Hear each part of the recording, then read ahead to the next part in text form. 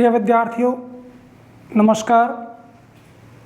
Oxford online classes में आपका हार्दिक अभिनंदन है।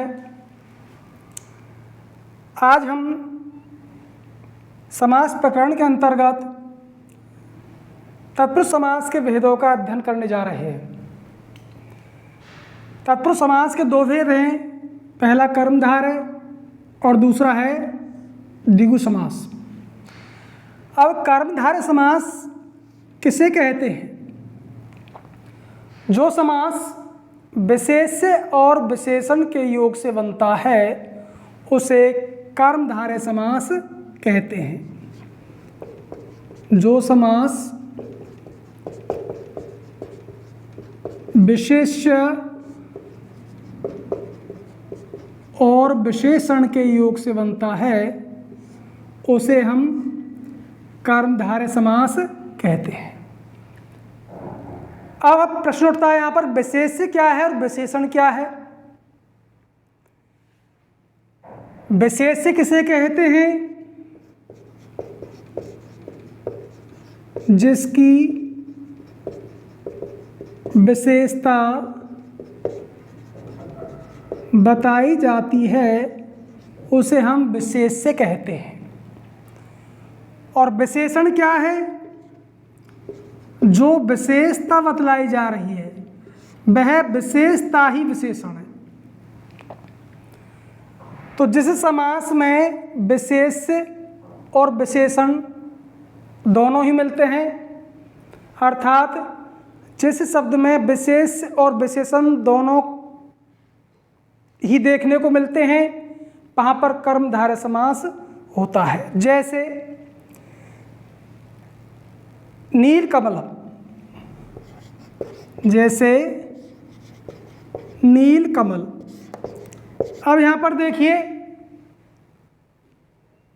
इसको अर्थ की दृष्टि से देखें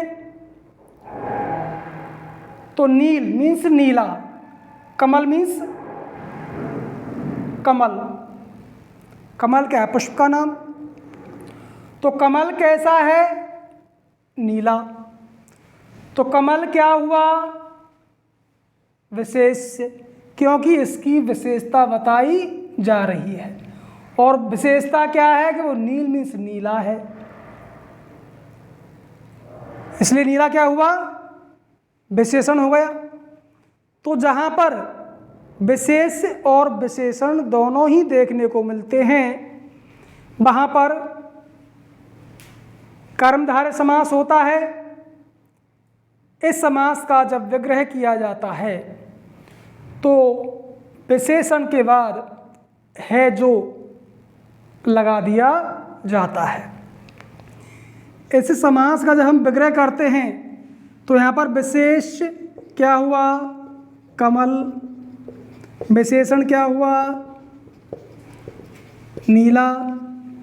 अब इसका विग्रह करेंगे तो विशेषण के बाद है जो जोड़ देंगे और कुछ नहीं करना। नील कमल विग्रह करेंगे तो नीला है जो कमल, और हमने क्या जोड़ा? है जो। किसके बाद? विशेषण के बाद। उसी प्रकार दूसरा उदाहरण महापुरुष।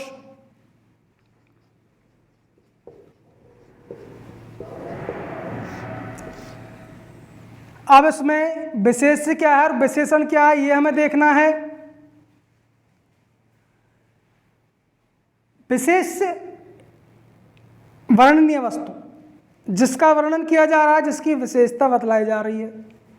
तो यहाँ पर किसकी विशेषता बतलाई जा रही है? पुरुष की। पुरुष कैसा है? महान। अब विग्रह करते समय केवल कुछ नहीं करना है, विशेषण के बाद में है जो जोड़ देना है। जैसे महान है जो पुरुष, महान है जो पुरुष, केवल विशेषण के बाद में है जो जोड़ना है। उसी प्रकार सत्पुरुष, सत मीन्स श्रेष्ठ, अच्छा, सज्जन, पुरुष मीन्स व्यक्ति। विग्रह करेंगे तो सत है जो पुरुष। अब हम इन सभी उदाहरणों में देख रहे हैं कि यहाँ पर विशेष्य है और यहाँ पर विशेषण है। तो यदि किसी शब्द में विशेष्य और विशेषण दोनों ही देखने को मिलते हैं, वहाँ पर कर्मधारय समास होता है। इस समास का जब विग्रह किया जाता है तो विशेषण के बाद है जो जोड़ दिया जाता है। बड़ा ही सरल है। यह समास 4 प्रकार का होता है। कर्मधारय समास के 4 भेद हैं।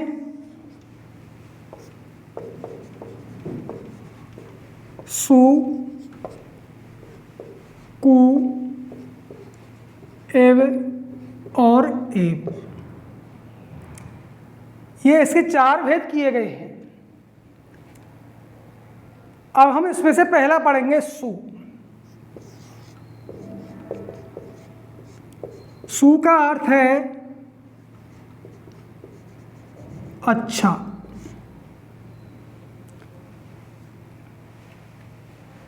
श्रेष्ठ, शोभनीय। यदि किसी शब्द से पूर्व सु और कु जुड़ा हुआ है, ये विशेषण के रूप में प्रयुक्त होते हैं, ध्यान रखना, तो वहां पर उसका विग्रह हमें कैसे करना है, ध्यान रखना है। उत्तर पद में कोई परिवर्तन नहीं करना है। जैसे सुपुत्र, इसका अर्थ करते हैं सु मीन्स अच्छा या सुंदर, पुत्र मीन्स पुत्र। अब पुत्र कैसा है, सु मीन्स अच्छा, तो पुत्र क्या हुआ, विशेष। सु क्या हुआ, विशेषण। तो यहाँ पर भी हमें विशेष और विशेषण दोनों ही देखने को मिल रहे हैं। विग्रह करेंगे तो सु को किस में बदल देंगे, अच्छा या सुंदर में। तो सुंदर या अच्छा, कुछ मत लगाओ, डायरेक्ट पुत्र जोड़ दो। और लगाना चाहें तो सुंदर या अच्छा है जो पुत्र, है जो भी लगा सकते हैं। दोनों प्रकार से इसका विग्रह किया जा सकता है। अच्छा है जो पुत्र, सुंदर है जो पुत्र। उसी प्रकार सुलेख, सुंदर है जो लेख। सुनारी, सुंदरी है जो नारी।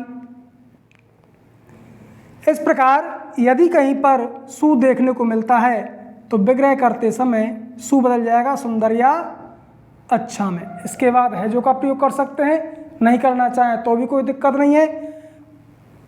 जो उत्तर पद है विशेष, उसमें किसी भी प्रकार का कोई परिवर्तन नहीं होगा। अगला आता है कु। कु का अर्थ क्या है, कु का अर्थ है बुरा। कु मीन्स बुरा। यदि किसी शब्द से पूर्व आपको कु दिखाई दे, कु हमेशा विशेषण के रूप में यहाँ पर प्रयुक्त होगा, तो कु को केवल हमें बुरा में बदलना है। जैसे कुपुत्र, अब कु का अर्थ क्या है, बुरा। कु को लिया है हम बुरा में। विग्रह करते समय क्या जोड़ेंगे दोनों के बीच में, है जो, बुरा है जो पुत्र ले आइए। बुरा है जो पुत्र या बुरा पुत्र, है जो को हटा दे तो भी कोई दिक्कत नहीं है। कुसंग,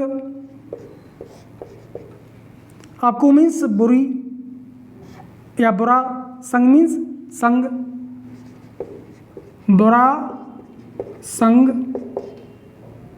या बुरा है जो संग।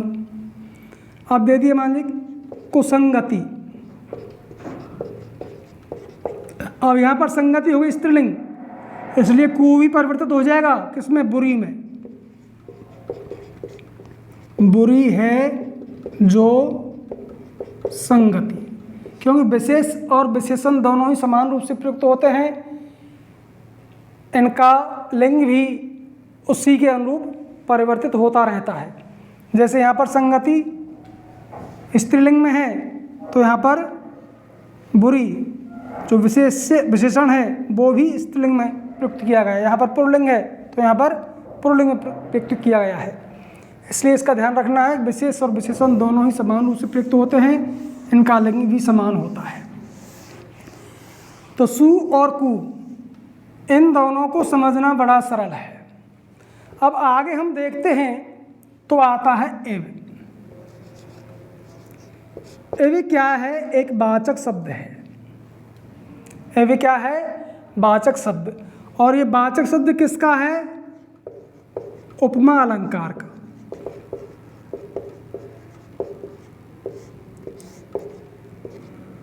तो हम कह सकते हैं कि जहाँ पर उपमा अलंकार होता है, जहाँ पर उपमा दी जाती है, तुलना की जाती है, समानता बतलाई जाती है, वहाँ पर आंख बंद करके लिख दीजिए कर्मधारय समास, क्योंकि जहाँ पर तुलना की जाएगी वहाँ पर कर्मधारय समास भी होगा। अब उपमा अलंकार कहते किसे हैं, जहाँ उपमेय और उपमान में, जहाँ उपमेय और उपमान में समानता बतलाई जाती है, जहाँ पर उपमेय को उपमान के समान बतला दिया जाता है, वहाँ पर उपमा अलंकार होता है। इस उपमा अलंकार के 4 अंग होते हैं, उपमेय, उपमान, साधारण धर्म और वाचक शब्द। तो यहाँ पर एव जो है इस उपमा अलंकार का वाचक शब्द है, इसको प्रकट करने वाला है। जहाँ पर एव या समान लगा हुआ है, सरीखा लगा हुआ है, जैसा लगा हुआ है, वहाँ पर तुलना हो रही है, और जहाँ पर तुलना होती है वहाँ पर उपमा अलंकार होता है, और जहाँ पर उपमा अलंकार है वहाँ पर कर्मधारय समास भी है। तो यहाँ पर हमको समझना है कि उपमेय किससे कहते हैं, उपमान क्या है, और साधारण दोनों में समानता क्या है, समानता को प्रकट करने वाले गुणधर्म कौन कौन से हैं, और प्रकट करने वाला शब्द यहाँ पर है एव या वत, सरीखा, जैसा। अब समझना है उपमेय किसे कहते हैं और उपमान किसे कहते हैं। चीज़ एक ही है, लेकिन अलग अलग जगह पर इनका नाम भी बदल दिया जाता है, नाम परिवर्तन हुआ है। जैसे उपमेय मीन्स वर्णनीय वस्तु, जिसका वर्णन किया जा रहा है वह क्या है, उपमेय कहलाता है। जिसका वर्णन किया जा रहा है वह वर्णनीय वस्तु उपमेय है, अर्थात विशेष को ही उपमेय कहा जाता है। वहाँ पर विशेष विशेषण बतलाया गया, यहाँ पर थोड़ा सा इसका अलंकार शास्त्र में नाम परिवर्तित हो गया, उपमेय उपमान कह दिया। उपमान क्या है, इस उपमेय की जिससे तुलना की जाती है, जिससे समानता बतलाई जा रही है, वह क्या है, उपमान। अब जहां पर उपमेय और उपमान दोनों ही हों तो वहां पर उपमा अलंकार होता है, और उस जगह पर विग्रह करते समय उपमान के बाद बत, सरीखा या जैसा जोड़ दिया जाता है।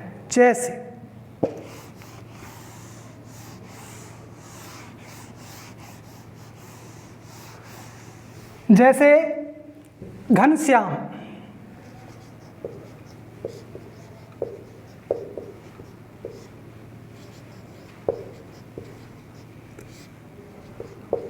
कमल नयन। अब देखिए यहां पर घनश्याम, घनश्याम नाम किसका है? भगवान श्री कृष्ण का। अब श्याम कृष्ण काले थे इसलिए इनको श्याम भी कहा जाता है, राधे श्याम। श्याम मीन्स कृष्ण कैसे हैं? घन मीन्स बादल जैसे। तो यहाँ पर श्याम क्या हुआ? विशेष्य या उपमेय, और घन मीन्स घन से इसकी तुलना की गई है तो ये क्या हुआ? उपमान, या कह सकते हैं विशेष, और ये विशेषण। अब यहाँ पर हमें उपमेय भी देखने को मिल रहा है और उपमान भी है। तो जहाँ पर उपमेय उपमान दोनों देखने को मिले और उपमेय को उपमान के समान बता दिया जाए तो वहाँ पर कर्मधारय समास होता है। इस समास का जब विग्रह किया जाता है तो उपमान के बाद बत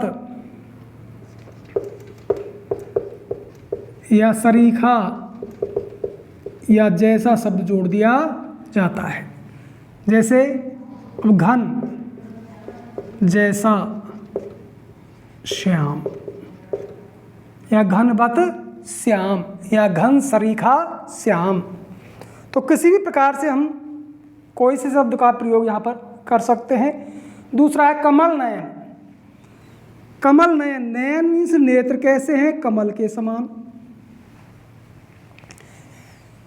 नेत्रों का वर्णन किया गया है और नेत्रों की तुलना किससे की गई है? कमल से। तो नेत्र क्या हुआ? उपमेय, और कमल क्या हुआ? उपमान। तो यहाँ पर उपमेय और उपमान दोनों चीज़ हमें यहाँ पर देखने को मिल रही है। विग्रह करेंगे तो विग्रह होगा कमल जैसे नयन, कमल सरीखे नयन, कमलवत नयन। किसी भी प्रकार का हम प्रयोग इन शब्दों में से कर सकते हैं। मृग नयनी,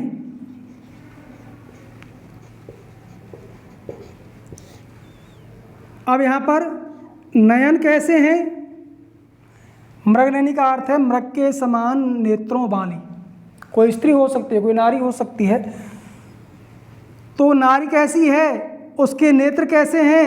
मृग के नेत्रों के समान है।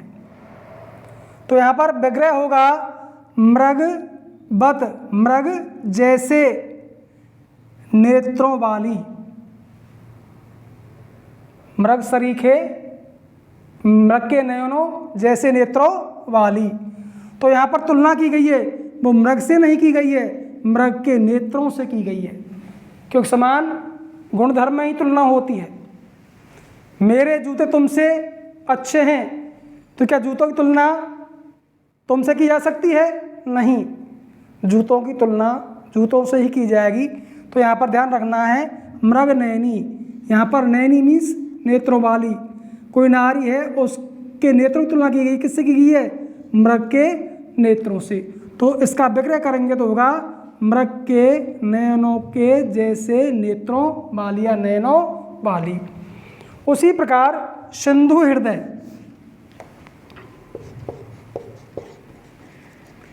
सिंधु हृदय, जिसका हृदय सिंधु मीन्स सागर के समान विशाल है।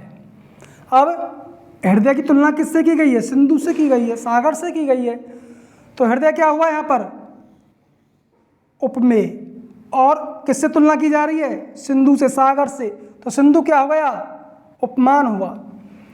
इसलिए विग्रह करेंगे तो यहाँ पर उपमान के बाद बत सरीखा जैसा जोड़ देंगे। सिंधु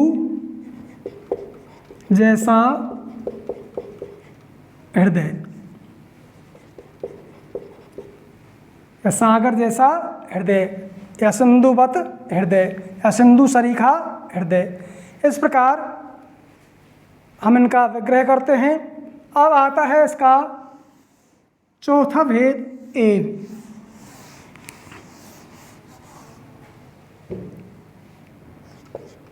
एव भी एक वाचक शब्द है। एव का अर्थ होता है ही।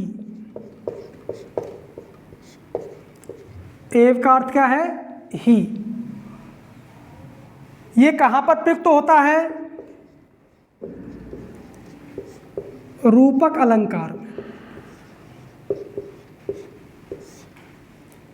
जहाँ पर रूपक अलंकार होता है वहाँ पर भी कर्मधारय समास होता है, और रूपक अलंकार को प्रकट करने के लिए हिंदी में रूपी शब्द का प्रयोग करते हैं। अब इसको समझने के लिए हमें रूपक अलंकार को समझना परम आवश्यक है। रूपक अलंकार कहाँ पर होता है? देखिए, इससे पहले हमने दो चीज़ें पढ़ी, एक उपमेय, दूसरा उपमान। उपमेय क्या है? जिसकी तुलना की जाती है, जो वर्णनीय वस्तु है जिसकी तुलना की जा रही है वह उपमेय होता है, और जिससे तुलना की जा रही है वह उपमान होता है। तो यहाँ पर हमने देखा उपमा अलंकार में कि उपमेय को उपमान के समान बताया जाता था, लेकिन रूपक अलंकार में उपमेय चीज अलग है और उपमान अलग है, दोनों अलग अलग चीज़ें हैं। तो जहाँ पर उपमेय और उपमान में भेद होते हुए भी दोनों अलग अलग हैं, दोनों में भिन्नता है, तो उस भेद के होते हुए भी अति सादृश्य के कारण, अति सादृश्य के कारण, अत्यधिक समानता के कारण यदि दोनों को एक रूप कर दिया जाए, दोनों मिल जाए, पता ही नहीं चले कौन सा उपमान कौन सा उपमेय, तो एक बार पुनः समझेंगे। जहाँ पर उपमेय और उपमान में भेद होते हुए भी, अंतर होते हुए भी अत्यधिक समानता के कारण उपमेय और उपमान दोनों में अभेद की स्थिति उत्पन्न हो जाए, ये पता ही नहीं चले कि कौन सा उपमेय और कौन सा उपमान, तो ऐसी स्थिति में रूपक अलंकार होता है। और जहाँ पर उपमेय उपमान में अभेद की स्थिति उत्पन्न हो जाए, उसका विग्रह करने के लिए दोनों पदों के बीच, दोनों शब्दों के बीच में रूपी जोड़ दिया जाता है। जैसे चंद्रमुख,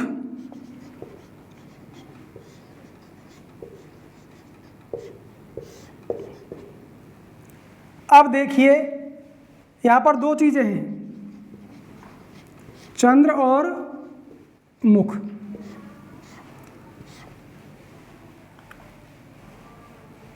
मुख का वर्णन किया गया है, उपमेय है, और चंद्रमा से तुलना की गई है, उपमान हुआ। लेकिन चंद्रमुख कहने से दोनों चीज़ अलग अलग है, लेकिन कोई बहुत ही सुंदर है, वहाँ पर ये आभास नहीं हो रहा है कि इसको चंद्रमा कहा जाए या इसको मुख रूप दिया जाए, अर्थात दोनों में अति सादृश्य के कारण एक रूप कर दिया जाए, तो वहाँ पर रूपक अलंकार हो जाता है। तुलना की जा रही है, तो यहाँ पर कर दिया, मान लो हमने चंद्रवत मुख, चांद के जैसा मुख, ये विग्रह कर दिया तो कौन सा हो गया? उपमा हो गया। लेकिन दोनों चीज़ अलग अलग हैं और दोनों को एक रूप कर दिया जाए, दोनों में भेद की स्थिति उत्पन्न कर दी जाए, तो वहाँ पर रूपी लग जाएगा, तब इसका विग्रह हो जाएगा चंद्र रूपी मुख। चंद्र रूपी मुख। तो यहाँ पर रूपक हो गया और इसको सरीखा जैसे कर दिया तो वहाँ पर उपमा हो गया। तो वाक्यों में प्रयुक्त होकर के ही ये अपने विविध अर्थों को प्रकट करते हैं, इसका भी विशेष ध्यान रखना है। जैसे कर कमल, कर मीन्स हाथ, हाथ कैसे हैं? कमल जैसे, कर कमल। तो यहाँ पर वर्णनीय वस्तु क्या है? उपमेय क्या है? कर। हाथ कैसे हैं? कमल जैसे। तो अति सादृश्य कारण बहुत कोमल है, इसलिए इसको कमल का रूप दे दिया। तो यहाँ पर विग्रह होगा कर रूपी कमल, हाथ रूपी कमल। तो यहाँ पर दोनों में अभेद की स्थिति कारण दोनों को एक रूप कर दिया गया है। उसी प्रकार मुखारविंद,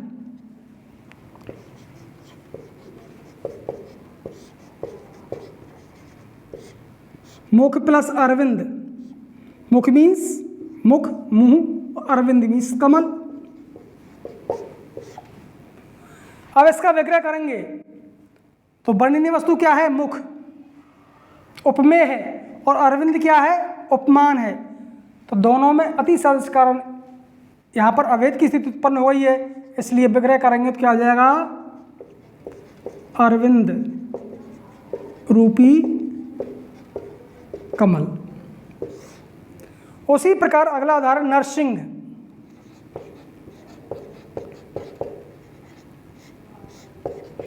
तुलना किसी की जा रही है? नर की, मनुष्य की। अब वो कैसा है? सिंह के समान है, सिंह जैसा बलशाली है, इसलिए इसका विग्रह किया जाएगा तो होगा सिंह रूपी नर। उसी प्रकार गुरुदेव।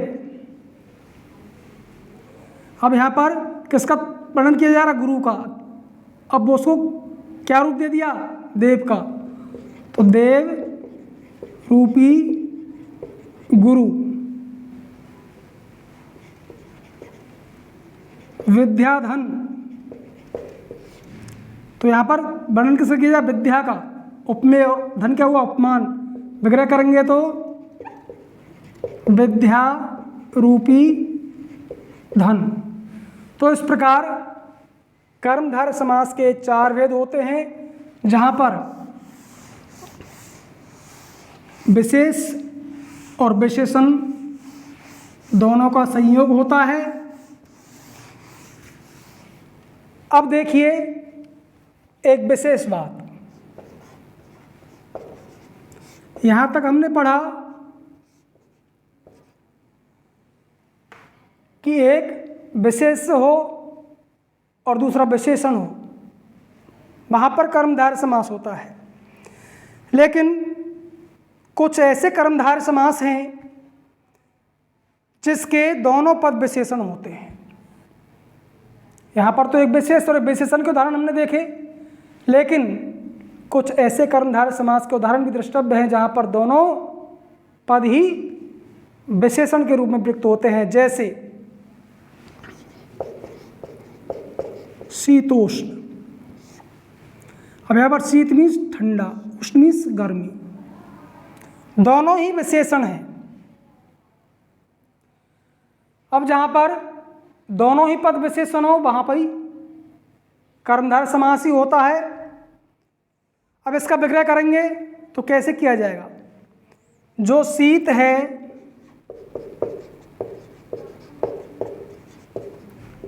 जो उष्ण है, इस प्रकार से इनका विग्रह किया जाता है। और शीत और उष्ण ये शरीर के तापमान के लिए प्रयुक्त होते हैं। दूसरा उदाहरण देवर्षि। देवता और ऋषि दोनों ही पद विशेषण हैं, इसलिए इसका जब विग्रह करेंगे तो विग्रह होगा जो शीत है, जो देव है, जो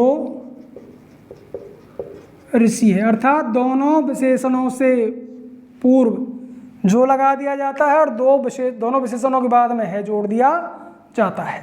सबसे सरल तरीका है। उसी प्रकार लाल सुर्ख,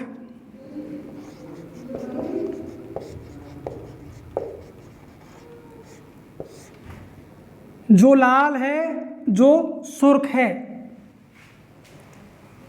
जो लाल है, जो सुर्ख है, अर्थात अत्यधिक लाल। तो यहाँ पर लाल और सुर्ख दोनों ही विशेषण पद हैं, इसलिए यहाँ पर भी कर्मधारय समास होगा। उसी प्रकार पीला जर्द, पीला है जो पीला है, जो जर्द है, तो यहाँ पर भी हम देख रहे हैं दोनों पद विशेषण हैं। विग्रह करेंगे तो जो पीला है, जो जर्द है, अर्थात अत्यधिक पीला। तो यहाँ पर भी दोनों पद कैसे हैं भैया? विशेषण है। तो यहाँ पर हमने कर्मधारय समास के चारों भेदों का अध्ययन किया तथा ऐसे उदाहरण भी देखे जहाँ पर दोनों पद विशेषण होते हैं, वहाँ पर भी कर्मधारय समास ही होता है। इस प्रकार आज हम तत्पुरुष समास के प्रथम भेद कर्मधारय का यहाँ पर अध्ययन कर पाए। अगले वीडियो में हम इसके दूसरे भेद द्विगु समास एवं अन्य समासों का अध्ययन करेंगे। तब तक के लिए धन्यवाद। जय हिंद।